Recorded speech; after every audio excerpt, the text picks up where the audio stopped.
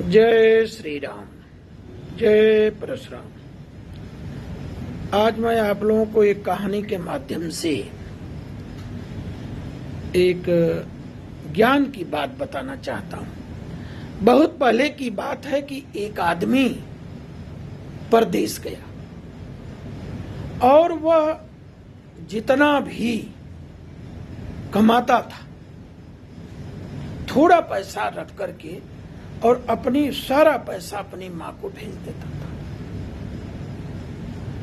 माँ क्या करती कि जो भी पैसा उसके पास आता अपने खाने के बराबर रख करके और वो सारा पैसा जो है वो गरीबों में दान कर देती।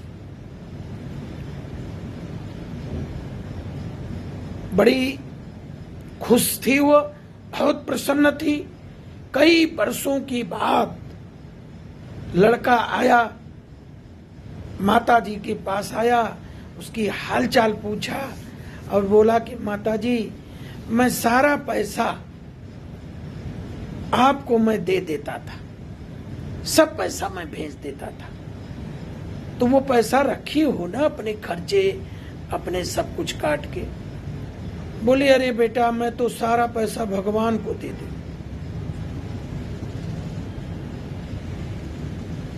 बोले भगवान को दे दी तो भगवान कहाँ मिलेंगे? बोले भगवान को खोजो जरूर मिलेंगे, एक ही दिशा में लगातार जाओ भगवान तुम्हें मिलेंगे। वह एक ही दिशा में लगातार जाने लगा। एक लड़की दिखाई दी, बड़ी खूबसूरत थी, सुंदर थी, सुंदर सौम्य उसके चेहरे थे। उसने कहा कि आप कहां जा रहे हो?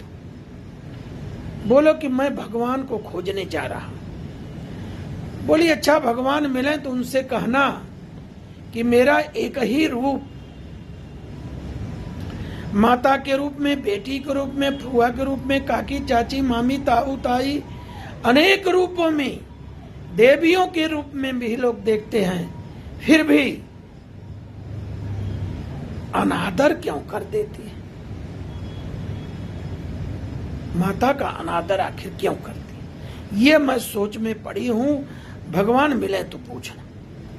बोला ठीक है मैं आऊंगा, बताऊंगा। उसके आगे गया। जाते जाते एक घोड़ा दुबला पतला था। उसने कहा कि भैया इधर कहाँ जा रहे हो? इधर तो बहुत खराब जंगल है। बोले मैं भगवान को खोजने जा रहा हूं, उनके पास हमारा पैसा बाकी है, हमारी माँ ने उनको दिया। बोले भाई भगवान मिला तो पूछना कि मैं इतना दुर्बल आखिर क्यों? बोला ठीक है पूछ के आऊंगा, बताऊंगा। उसके आगे गया, एकदम थक गया था।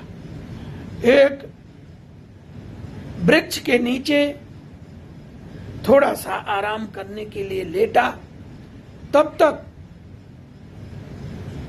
लेटा ही था, तब तक कि वह वृक्ष बोला कि हे मानव तुम कहां जा रहे हो?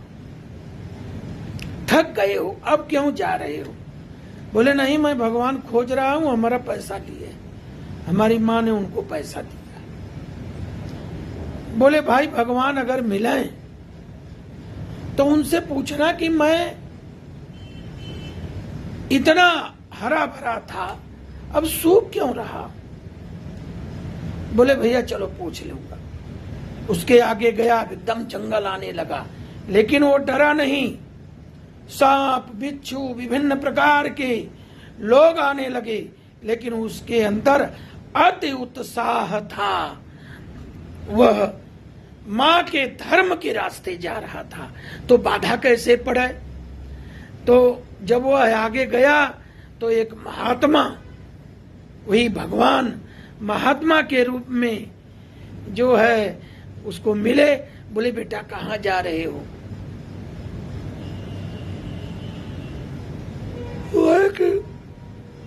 महात्मा जी मैं भगवान से मिलने जा रहा हूं,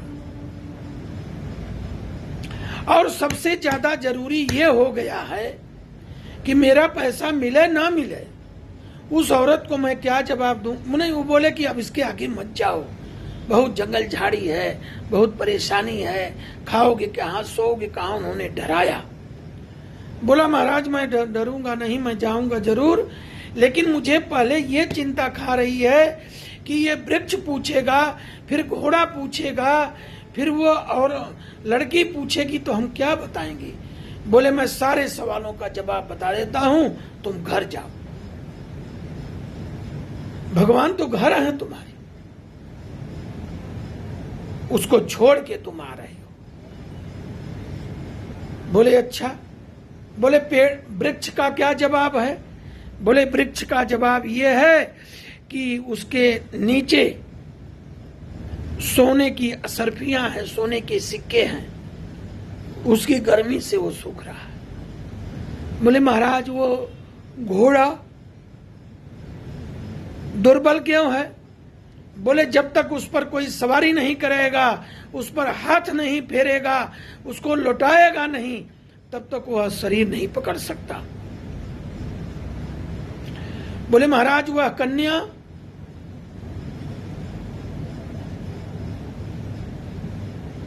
बोले कन्या से बोलना कि कलयुग है, कलयुग के बाद कलयुग तक तुम्हें इस दुर्दशा को कहीं कहीं किसी किसी मोड़ पर सहना पड़ेगा, लेकिन इसके बाद सतयुग आएगा, फिर त्रेता आएगा, फिर द्वापर आएगा, तुम्हारी ऐसी भत्सना नहीं होगी। और जब तुम्हारी शादी हो जाएगी, तुम किसी से बंध जाओगी, तो लोगों की निगाहें बदल जाएंगी। बोला ठीक।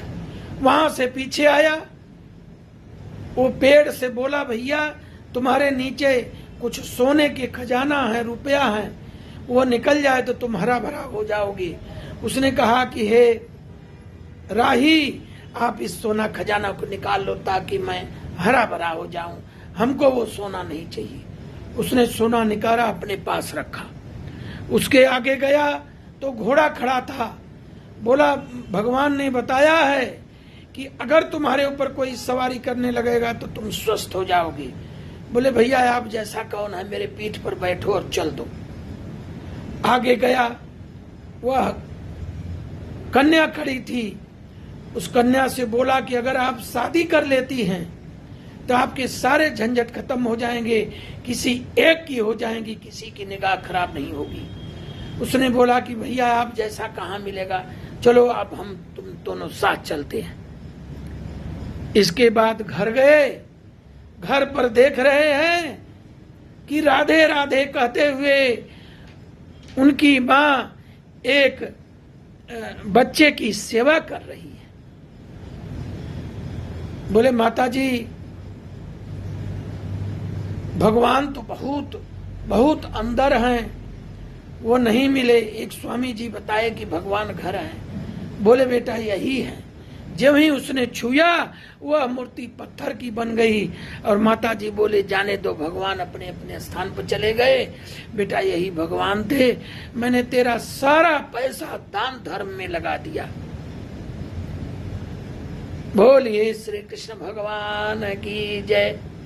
देखिए इस से शिक्षा ये मिलती है कि आदमी अगर धर्म पर चलता है तो उसके सारी कार्य सफल हो जाते हैं, लेकिन उतने समर्पण भाव से चले तो। बोलिए कृष्ण भगवान की जय।